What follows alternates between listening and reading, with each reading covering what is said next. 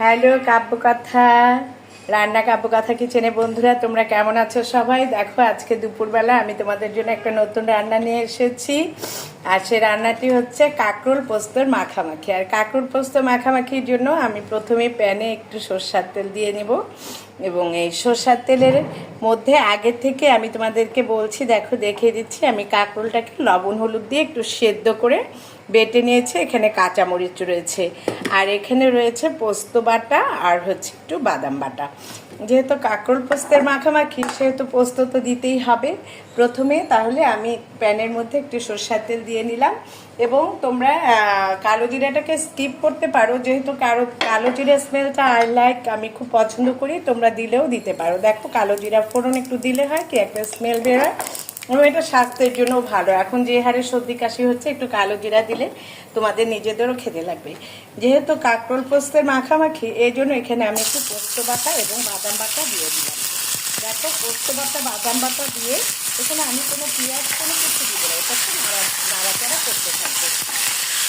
আগে থেকে প্যানটা বসিয়ে দিয়েছিলাম, যেন প্যানটা গরম হয়ে গিয়েছে। এখন আমি এই যে দেখো যে কাঁচা লঙ্কাগুলি রয়েছে, সেগুলিকে আমি দিয়ে দিব।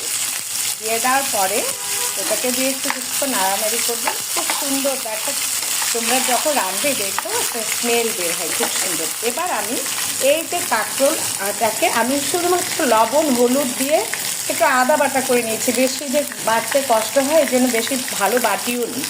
দেখো কাঁকরোল তো আমরা ভাজা খেয়েছি, তরকারি খেয়েছি, মানে ঝোল খেয়েছি মাছ দিয়ে। তুমি চিন্তা করলাম একটু পোস্ত দিয়ে কাঁকরোল পোস্তের মাখামাখি হলে মন্দ হয় না। আমি রান্না নিয়ে খুব এক্সপেরিমেন্ট করতে ভালোবাসি।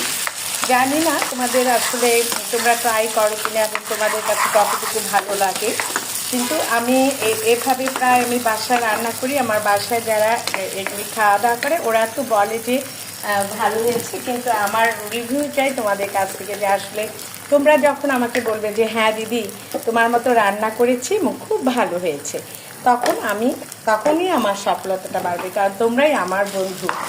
দেখো এইভাবে জাস্ট এটাকে তেলে সরষের তেল দিয়েছি, আবারও বলছি সরষের তেলের মধ্যে কালো জিরা ফোড়ন দিয়েছি, দেওয়ার পরে কাঁচামরিচ দিয়েছি, দিয়ে তোমাদেরকে আগেই বলে নিয়েছি যে কাঁকরোলটাকে লবণ হলুদ দিয়ে সিদ্ধ করে একটু আদা বাটা করে নিয়েছি। আর তো বাটাবাটি ঝামেলাটা ভালোও লাগে না, আর ইচ্ছেও করে না। তারপরে যখন খেতে মন চায়, তখন কষ্ট হলেও দৌড় দিয়ে করে ফেলি।